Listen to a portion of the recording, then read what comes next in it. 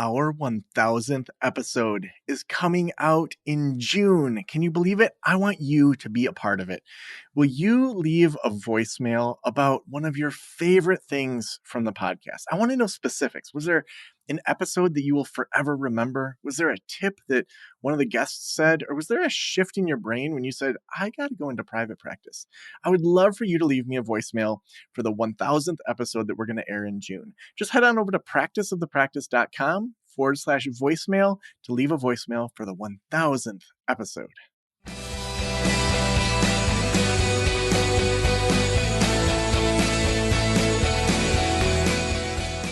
This is the Practice of the Practice podcast with Joe Sanok, session number 984.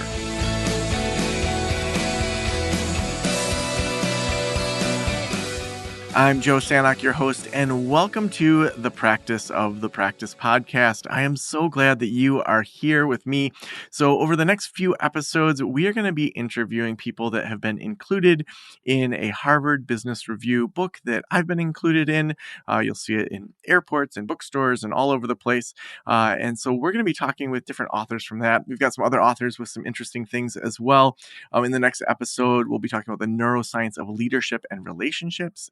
Next, we're going to be talking about whether you need a sabbatical. Then we're going to dive into the AI revolution and how to have a side hustle with a full-time job. So all sorts of things from this Harvard Business Review book that's coming out right at the beginning of May 2024. So I am so darn excited today. We have Alyssa Westring, who is a PhD, has also done a ton of research, is an academic, and is co-author of Parents Who Lead: The Leadership Approach You Need to Parent with Purpose, Fuel Your Career, and Create a Richer Life.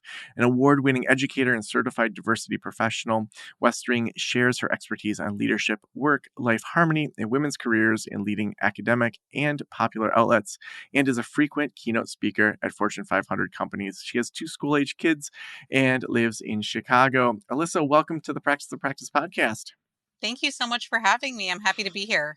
Yeah, I mean, I love that we get to meet and that Harvard put us in the book together, and it's exciting to meet you and be able to chat today. Yeah, same here. So your article is primarily about self-care, and I want to talk about that, but also being, a parenting, author, expert, a parent. I want to dig into some of that, but let's just start with self-care.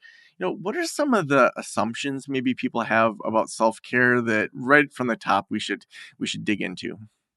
Absolutely. So I think in sort of our social media, Instagram culture, a lot of people think about this vision of self-care as, soothing baths and massages and, having the right serum or potion. And it's really about something that you buy that makes you more relaxed, calmer, happier, and shows that you take time to care for yourself. And I think that um, that assumption really leads people down some self-care paths that aren't necessarily as fruitful as we might think. So really my article that's going to be a book chapter and my general approach is to really invite people to define self-care on their own terms rather than sort of relying on this mass media idea of self-care, and to figure out what it looks like for them and ways to incorporate it that are realistic in your actual life and lifestyle. So I know myself, I'm not doing a 10-step skincare routine at night. But if I don't watch at least like 15 minutes of TV before I shut everything down in the evening, I feel a little deprived. So my version of self-care looks very different from maybe what I've been told is the right way to do it. And I think that's true for a lot of people. I love that you bring that up because I think so often in whether it's the self-help world or the business world or hustle culture, any of that stuff, there's so often this optimization, we might say, of every moment of every day. Have you written down your intentions? Did you reflect on the day and all this? And that you said watching TV at the end of the night is part of your self-care. Tell me about that, because I feel like so often, you hear people say, turn off the TV, read a book, optimize this. Talk about TV, just as Yes. self-care. So, for me, there has to be time where I'm not learning and improving myself. Um, and, I'll fully embrace watching Bravo crappy television as just total escapism. And for me, that break from trying to be sort of the best version of myself and really embracing a more indulgent side of myself is an important piece of the self care puzzle. You know, even thinking about like how do we do exercise as self-care, is it maximizing a 20-minute hit workout and really doing it that way, or is it doing something that feels good and is fun, or that's going for a walk with somebody. um I even went through a phase where I was like, okay, I'm going to go for a walk, but I'm not going to have anything in my ears. I'm just going to embrace nature and the sounds and look around and really be present. And I after a few days of that, I was like, if I like podcasts that have no educational value, like who am I proving something to Yeah. by being present in nature? Why not increase the fun and the enjoyment aspect and kind of give that the respect it deserves as well? So really looking for fun and joy as a part of self-care, I think gets overlooked a lot. Yeah, yeah, I feel okay, I'm gonna disclose something that I haven't disclosed publicly. Oh, good. So, I have been really into this video game that is just like I'm not usually a video game guy. Usually I play Mario Kart with my daughters, here and there, but, it's this ridiculous, like, dragon slaying, become a magician video game on the Switch, and I downloaded it because 'cause I'm like, I just wanna, like, play something other than Mario Kart, and it was like they had some deal on it, and I have got totally sucked into this video game. Hmm. But it's interesting that you're bringing this up, and I love how sometimes when you podcast, your guests just line up with what's going on in your life. So on last Friday, so I don't work on Fridays, I was like, okay, I am going to give myself permission to play this video game for an hour, and it felt so indulgent to play a video game for an hour when I could be unloading the dishwasher, getting the girls' clothes cleaned, or straightening up, or doing all these other responsible things. And I went through this really interesting process of kind of talking to myself as if I was my own therapist and just saying, like, why do you need to give yourself permission to do something you enjoy? Like, you just as Exactly. easily, could have gone for a hike, and sure, maybe that's better for your body than sitting on the couch and playing a video game, but also you totally space out and you enjoy this. And there is no reason that you are a bad parent because you played this video game for an hour. And so, did it take you a while to kind of figure that out, to give yourself that permission to do things that aren't maybe always in your quote best interest, but are just fun for you to do?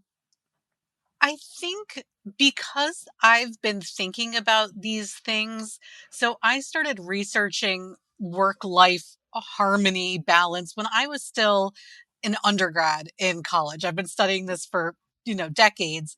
So it's kind of always been in my mind to constantly be thinking and reevaluating and checking and experimenting and trying.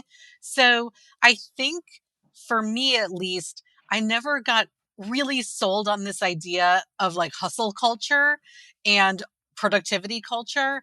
And I get to sort of claim it as my job, right? My job is to role model good harmony between work and the rest of life as part of what I do. So I think maybe I didn't have to do as much unlearning as maybe some other people had to do, but I still say I'm like a recovering perfectionist, and trying to constantly question the assumptions about what's good enough, what I should be doing, and just asking those questions over and over again. Um, but I work with really high achieving professionals, whether they're, physicians or business professionals. And a lot of people are like, they take that attitude that brought them so much success in the work role, which is try hard, focus, go for it all the way. And then they bring that to the idea of, okay, now I realize I need to add self care to that. So I'm going to wake up at 5 a.m. and do yoga and meditate. And I'm going to do all of my meal prep, and I'm going to take a bath, right? So they go from zero self care, working all the time, to 100. And it's almost impossible to keep that up. So kind of helping people find that middle ground of checking in and saying, okay, what's helping and what's just another thing that I put on my to-do list that's stressing me out. Mm. Now, what's ironic about that is, the idea of meal prep is to make your life less crazy, to eat healthier, to feel better, and to not feel stressed out. But then the weird thing that's happened is, whether we point to social media or just like generational changes, then there's become this, like, this is what the perfect parent does. They meal prep. They don't have processed foods in their house. They have water that has the right number of alkalines in it. And it just Exactly. becomes Yeah. this like thing where then there's these like I forget, like, it's not whistleblowers. There's these just like telltale signs of like you're a good parent or you're a bad parent. And it's Yes. really interesting how the things that obviously, like, any of those things by themselves is probably just fine. It's going to help your life if you start drinking more green tea. But then when it becomes this obsession, like, oh my gosh, I have to have green tea and mushroom coffee instead of regular coffee, and it just like takes over in just such a weird way. Exactly. Like if you think about sort of drinking water as a goal, for me, this analogy is really perfect. Like those water bottles, those huge jugs, and they have different level marks on them. Like Hmm. you're doing great, you're almost there, keep going. And drinking water becomes like a job. Um, and that can really backfire because the reaction to that is, well, if I can't drink the whole thing, then just forget it. Right? Hmm. So it becomes an all or nothing. And in many cases, you end up doing less than you would do if you gave yourself permission to just drink when you're thirsty. Hmm. And Well, and I think that goes for other things as well. yeah, and it's like, is this actually making you happier? Like, do you sleep better and just feel like better overall? So like around New Year's, I wrote this article that some people liked, some didn't, but it was about New Year's habits and rather than New Year's resolutions, and the idea of doing experiments of, let's just see if you like working out in the gym, and if you don't, like, give yourself permission to not do that after 3 weeks. All these people that are like, oh my gosh, I gave up on my resolution. Well, yeah, because you didn't like it. Like, so what? Like, Exactly. who cares? Like, it's okay. You realize that a pottery class doesn't actually make you happy. Like, so what that you quit? And I think that idea of adults, and especially academics or highly trained people, is we want to be, or we're trained to be perfect. You do your dissertation and you work hard and you stand in front of someone and you defend it, and we're not taught that, really we should be able to play with a lot of this stuff and adjust and change and improve over time. Absolutely. So I did this study several years ago, but we were studying women physicians at an elite medical hospital. And these women were working on average over 80 hours a week. So these are people who are working very hard. And we said, what's the top obstacle between you and, greater work life harmony? And the to a T, almost all of them said if I wasn't so lazy and I could get myself together and, get on top of my life, that's the obstacle. And it's like, is that the obstacle when you're working 80 hours a week? I can guarantee that these are not lazy people, right? Hmm. That's not the issue. But the internalization of it is, if it didn't work out exactly how I hoped, the answer is I'm lazy. So, right, if you quit a New Year's resolution, it's because you're lazy. And it's like, well, maybe it wasn't the right resolution or habit, as you call it, right? So it's not you that's the problem. It's the experiment you tried. It just wasn't the right experiment. Yeah.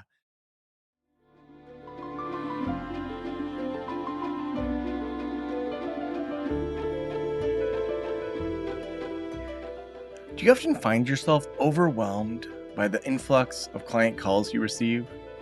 Receptionists are expensive, but you can't afford to let your patients go to voicemail. You care for your clients, so you try to phone them back, but more often than not, it's too late. They've gone to another practice.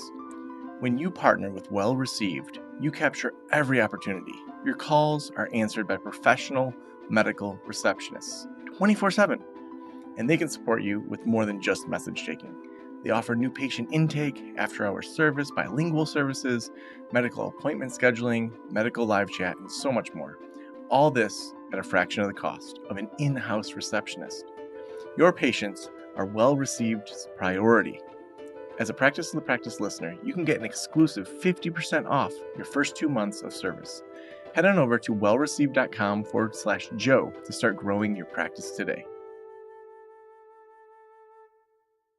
Now, you've written about parenting as well. I'd love to kind of merge these two of thinking about self care, but also as a parent. So, I'm a single dad. I have 90+% custody of my kids. Their mom doesn't live in town. And it's like, my life is busy, but also I feel like we've got a good balance. My parents and sister and partner all live in town. So, like, but parenting wise, like it's busy. And I know you have young kids as well. Hmm.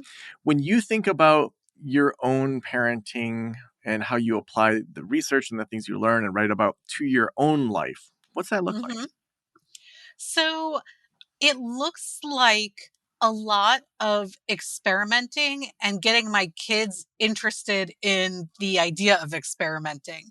So when things aren't working in our family life, if something, we feel stressed out, my kids aren't getting to bed on time because there's so much homework or there's too many activities, the idea is we all can try experiments and see how they're going and see if they're working for us or not working. So rather than just saying, okay, I'm going to do a parenting experiment on my own, I'm going to, change something. It's getting everybody involved in the idea together and getting my kids used to trying things, seeing if they work, and then making decisions about whether to continue or not. Um, I wrote Parents Who Lead when my kids were, you know, in elementary school. This was pre-pandemic, and now I have tween and teenagers, and entering a very different phase of parenting. But my kids, I think, have grown accustomed to this idea of we're going to try something and see how it goes. And as an example, we just fostered a dog. We've been fostering dogs and cats throughout the pandemic. And I was starting to get the idea of wanting to adopt a dog. But of course, we fostered first. And so we said, we're going to experiment with this, see how it goes. And at the end of a month, then we'll make a decision about whether to adopt this dog or not. But it's not just like we're diving in head first. There's this trial period for everything that we do, to the extent that it's possible. And I think my kids have grown comfortable with that. So they're not set in like, okay, this is how we do things now and it's forever. I'm just going to try Yeah. it, see how it goes, and then move on. And we did end up adopting the dog Of course. last week. So, Oh, wonderful. yeah. Yeah, and I think that, a lot of that when kids are in, say, elementary school, so I have a 9 and 12-year-olds, Hmm. and, that idea of like, yeah, just give it a whirl, is really great. Like my 3rd grader just started playing basketball, and most of the kids, it's their first experience doing that. Some of the kids, clearly had like older siblings that they played basketball with, but for the most part, it's pretty, new to everybody.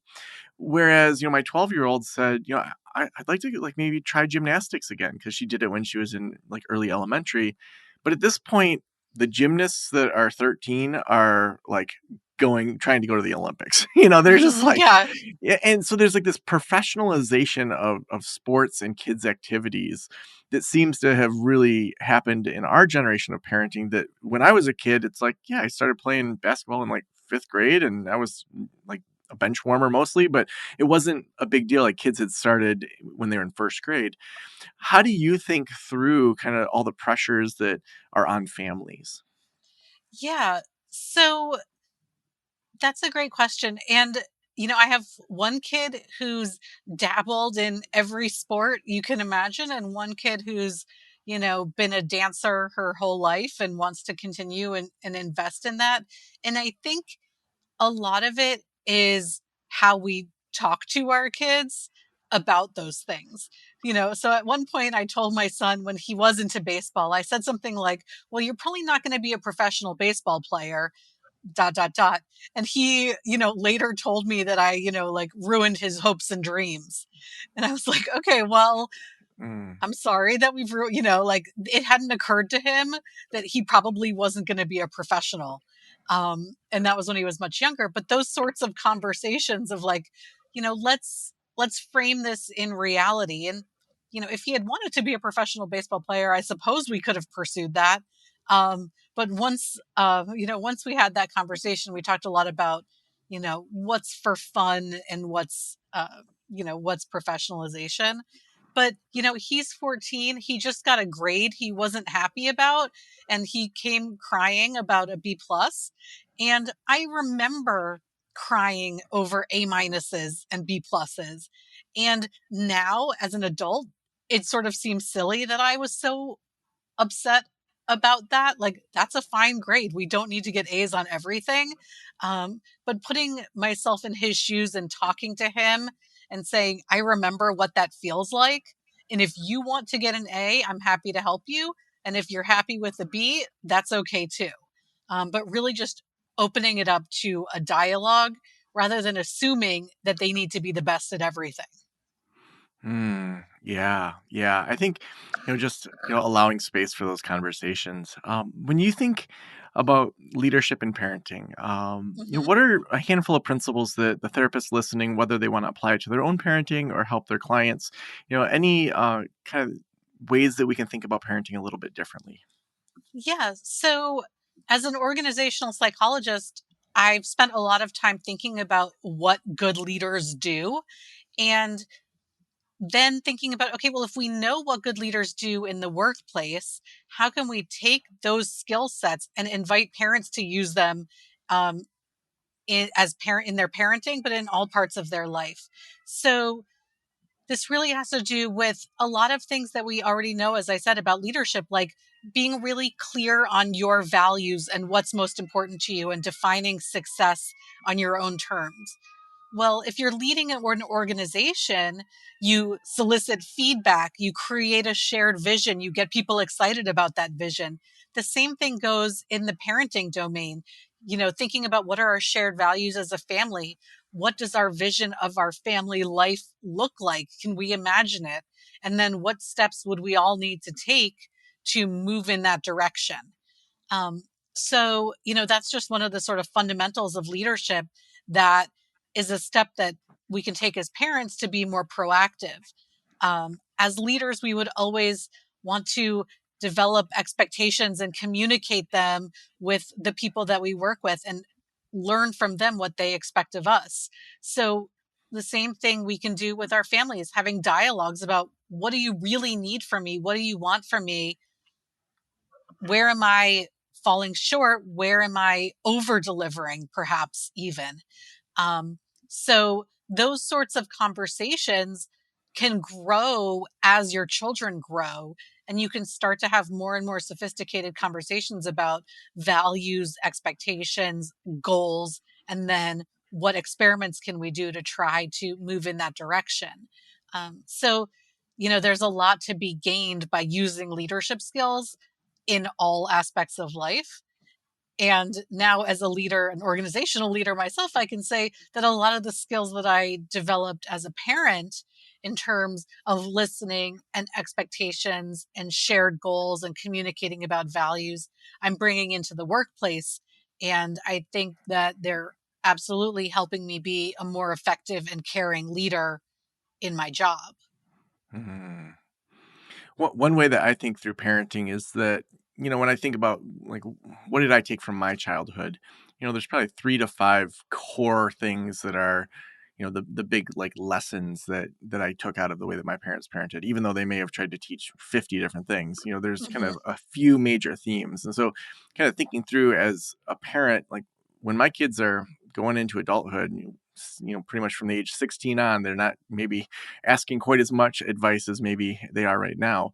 And to just say like I want them to be good at having conversations with people and with strangers and to be able to have that human element. I think whether we have AI or technology, if someone can be engaging with anyone of any age with diverse backgrounds, to me, I think that's really valuable. I think, for me also valuing, just downtime and the arts and music and, being able to creatively fill your time. To me, that's important. And, there's a handful of other things. And so that for me helps me kind of dictate, the priorities of the family when there's, a million different directions that we could go in, where they're not going to be in a sport or activity every single night of the week because, for what I want them to get out of childhood, that downtime is important for them to process and think and have free play. When I say that, what comes to mind for you? So for me, one of the values that's really important to me, that I was thinking of while you were talking about that, is having fun and really wanting our family relationship to include time for fun, whether that's, traveling together, having adventures together, doing crafts together, watching TV together, just sitting around the dinner table and laughing and having fun in that way. Um, for me, I feel like that's one of those values that I'm just like sort of always working on embedding in our relationship and making sure that we don't get lost in, as you said, the homework and the activities and all of those things. So role modeling fun, making time for fun, doing fun things together. That's what I was thinking about as you were talking about your family and what one of the messages that you really want to impart is. Yeah. Well, the last question I always ask is, if every private practitioner in the world were listening right now, what would you want them to know? Oh, that's a great question. And I'll put in the caveat that I am not a private practitioner. But I guess what I would say is just give yourself and the people who you work with um, the permission and the space to define what success looks like on their own terms, whether that's successful self-care, career success, parenting success. Um, Pausing to say, okay, if we were successful at this, what would that look like for me? What would that look like for our family? And working with that as sort of the groundwork rather than assuming we all know what success should look like and should feel like. I think if we all did that for ourselves and encouraged other people to do the same, we'd be in a much better spot. That's so great. If people want to follow your work, if they want to learn more from you, where should we send them? So you can go to alyssawestring.com or pick up my book on Amazon. It's called, or anywhere else. It's called Parents Who Lead. Or find me on LinkedIn, I guess. I'm not really that active on other social media, but maybe I will be at some point. Sounds great. Well, thank you so much for being on the show today. Thank you for having me.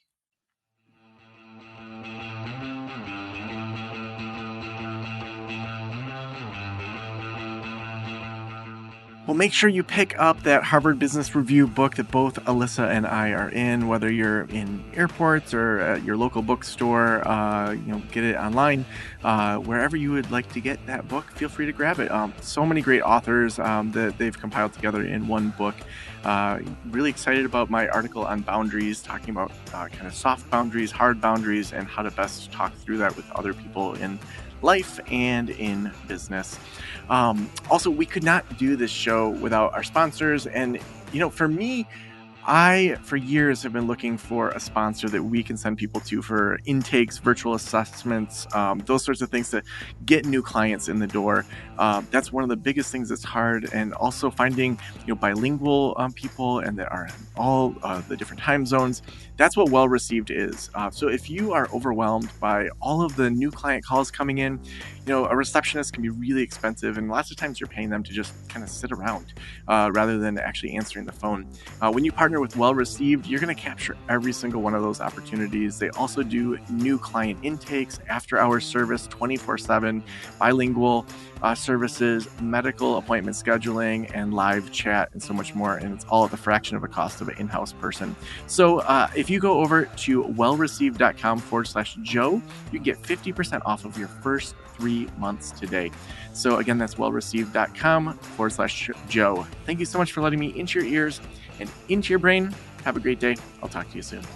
Special thanks to the band Silence is Sexy for that intro music, and this podcast is designed to provide accurate and authoritative information in regard to the subject matter covered. It is given with the understanding that neither the host, the producers, the publishers, or guests are rendering legal, accounting, clinical, or other professional information. If you want a professional, you should find one.